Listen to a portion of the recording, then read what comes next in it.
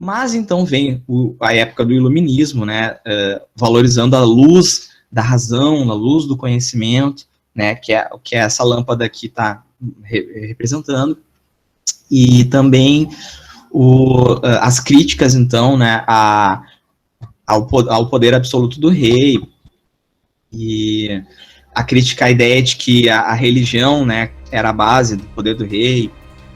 Então, e também defendendo a ideia de uma participação do povo nas escolhas, que uma ideia que o poder do rei, a origem do poder do rei está no povo e não em Deus, que era o que a igreja defendia. Era o povo que mantinha o rei lá, e se o povo não quisesse mais o rei, então deveria ser trocado o rei.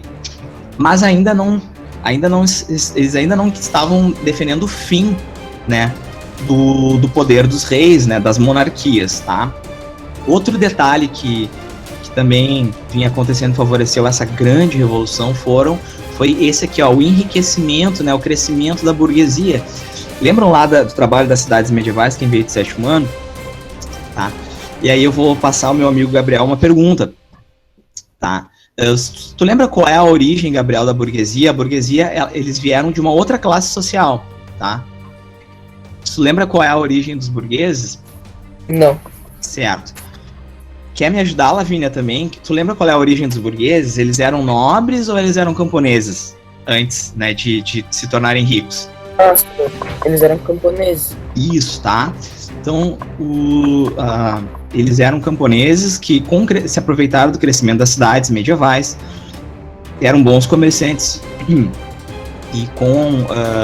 aqui, né, juntaram saquinhos de dinheiro vendendo produtos, tá? Só que eles não eram bem aceitos, ok? Nas decisões das cidades, eles não eram bem aceitos, né, no círculo dos nobres, tá? Bom, passando aqui para baixo, tá? Aqui falando agora mais do caso da França. Como é que estava internamente a França? O rei, né, que na época era Luís XVI, tá? Não estava administrando bem. Aqui a gente está vendo um cofrinho vazio, né, sem dinheiro, só uma mosquinha saindo. Então havia muito déficit, ou seja, o rei gastava mais do que arrecadava. O rei se envolveu em guerras que endividaram a França. Uma das guerras que se envolveu, né, foi na guerra dos Estados Unidos, que nós vamos tentar estudar ainda esse ano, tá? E acontece que então só esses dois grupos, nobreza e clero, se beneficiavam, né, recebiam todo o dinheiro e gastavam muito. E o resto, né, camponeses e burgueses, que formavam o terceiro estado, eram os que pagavam os impostos, tá? Agora passando para as causas mais imediatas, as causas mais próximas do início da Revolução, tá? Pode falar. Mas, então quer dizer que quem era da nobreza ou clero não pagava imposto?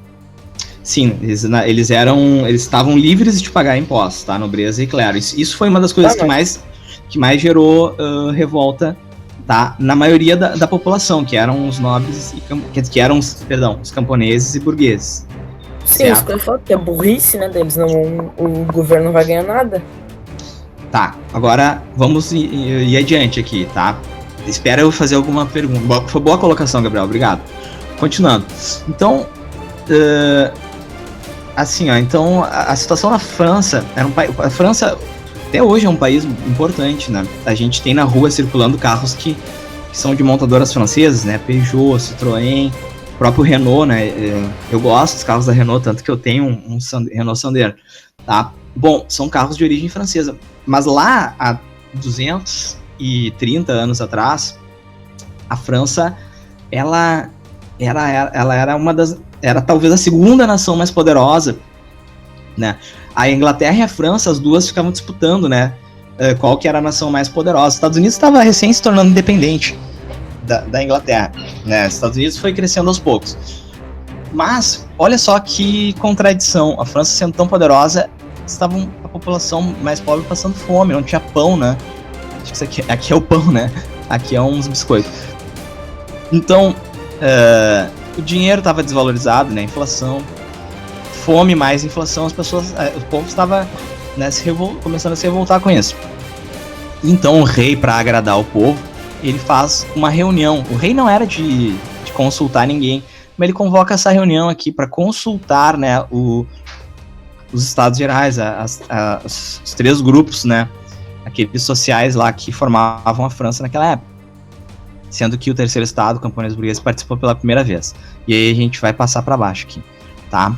Então, lá nessa reunião desses grupos, olha que aparece aqueles duelos de videogame, né? Nobreza e clero versus terceiro estado, né? Camponeses e burgueses. E eles estão uma cara de brabos aqui, né? Estão revoltados, certo? Principalmente é que esse lado aqui os burgueses e camponeses estão pistola com a nobreza e o clero, tá? Então, o que a nobreza e o clero eles querem? Eles querem uma reforma tributária. Como gostam de botar palavras difíceis, né? Ô, Gabriel, tu tem ideia do que é o significado disso, reforma tributária? Ô, senhor, na real, eu acho que eu preciso estudar mais o dicionário. Tá, não beleza. Não, é assim, ó. A nobreza e o clero queriam que tributo é imposto, é a mesma coisa, tá? Queriam que todos os grupos sociais pagassem impostos da mesma forma, tá? Claro que essa reunião não deu certo, porque prevaleceu, né, o voto dos nobres e clero, e aí os representantes aqui, terceiro estados, que eram os deputados, se rebelaram e abandonaram essa reunião aí fajuta que o rei tinha organizado. Enquanto isso, fora, né, fora do salão dessa reunião, o povo lá tava enfurecido, que é o que mostra essa outra figurinha aqui, tá? Começam algumas revoltas violentas, e a revolta mais violenta foi essa aqui, chamada de tomada da Bastilha, que era essa fortaleza aqui, onde os inimigos do rei Luís XVI estavam presos. E lá, que ao fogo, né, revolta o povo, botou abaixo os muros da Bastilha e libertou todos os presos. Então, a tomada da Bastilha foi considerada a data de início da Revolução Francesa.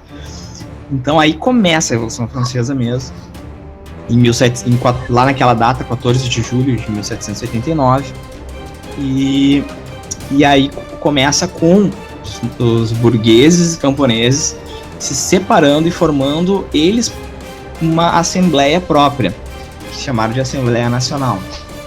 E começam a tomar decisões pela França, decisões assim, sem a participação do rei. Isso aí já é uma coisa inédita naquela época. Qual é as decisões que eles tomam? Eles fazem uma declaração dos direitos, né, do homem e do cidadão, que foi a primeira declaração de direitos humanos, de proteção aos direitos humanos, onde eles defendem a liberdade, né, das pessoas, né, poderem expressar, por exemplo, sua opinião, qualquer pessoa, né, de qualquer origem poder ter acesso, né, aos cargos públicos, porque um camponês nem um burguês não podia nem se candidatar a algum cargo político, nem fazer um concurso público para ser um assistente administrativo lá do Palácio do Rei, nada disso.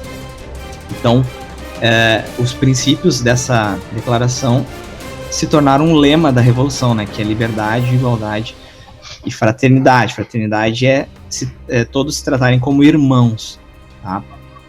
Bom, e aqui olha só que linda essa representação aqui, né? E agora vamos ver se vocês identificam aqui esses 4, perdão, né? 4 a 5, né? Esses 5 bonequinhos aqui. Vamos começar da direita para a esquerda. Primeiro bonequinho. Camponês. Segundo bonequinho. Burguês. Terceiro bonequinho. É o rei. Quarto bonequinho. Nobreza. E o quinto bonequinho? Claro. Obrigado. Perfeito, Gabriel.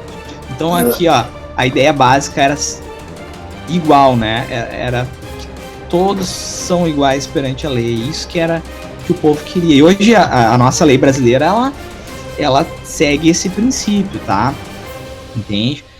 Não pode, assim, ó. A gente sabe que antigamente havia distinção, né, no Brasil, por exemplo, um escravo né, negro era julgado de uma forma diferente do que um branco livre. E não se pode fazer isso hoje em dia, né? Não se pode um jovem, por exemplo, um jovem negro ou um jovem branco serem julgados de maneira diferente num tribunal, né? Se não é racismo, tá? Não é para mim baixar aqui, é para mim aqui. Então, diante dessa situação, o primeiro, né, o grupo privilegiado, eles tentam... Constituição, pessoal, é lei, tá? Toda vez que falar em Constituição, é lei. É a lei maior de uma nação. Eles tentam uma lei, né, nova para a França, óbvio que não foi aceita pelo povo, pela maioria da população, que eram nobres, camponeses e burgueses. E aí, o terceiro estado, a maioria da população, eles fazem a sua lei maior para a nação, que é essa Constituição de 1791, onde eles não acabam com o rei, eles preservam a monarquia, porém, eles desejam limitar o poder do rei, dividindo em 3 poderes, certo? Vocês não têm observado uma coisa que no Brasil, desde que entrou, né, na presidência, né, o presidente atual, ele tem tido alguns conflitos com o STF, que é o Superior Tribunal, né, que é que representa o poder judiciário, e também às vezes o presidente entra em conflito com o Rodrigo Maia, com os deputados federais, certo? O que é isso? São os 3 poderes, tá? Então a gente pode aqui no Brasil né, dar como exemplo o Brasil para vocês, tá? Então quais são os 3 poderes que existem num país? Gabriel, tu sabe dizer assim com as tuas palavras? Oi, senhor? O Gabriel ou qualquer outro sabe dizer quais são os 3 poderes que nós temos no Brasil? Os 3 maiores poderes, tá? Bom, vou dar uma dica. O primeiro, né? O maior deles, a gente sabe, né? É a figura do presidente, que a gente chama de poder executivo. Mas ele não é o único poder, né? Ele não pode fazer as coisas como ele bem entende. Qual é os outros 2 poderes que equilibram o poder do presidente?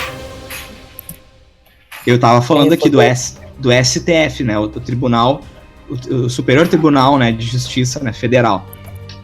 É a justiça, pessoal, o poder judiciário é a justiça, tá? E o outro poder que equilibra, né, a autoridade do presidente é os deputados federais, principalmente, que a gente chama de poder legislativo, porque eles legislam, eles criam leis, tá? Que alguns de vocês, talvez aqui dessa aula, façam faculdade de Direito e vão trabalhar com as leis, certo? Que é uma carreira muito interessante, né? Mas tem que ser bom, porque assim, ó, tu balança uma árvore ali na rua, ali cai uns 10, uma penca de 10 advogados, porque muita gente se forma em Direito, tá? Mas a concorrência é muito grande. Bom, vocês estão entendendo, pessoal, a origem de algumas coisas que até hoje, né, existem. E aqui, então, os burgueses, principalmente, eles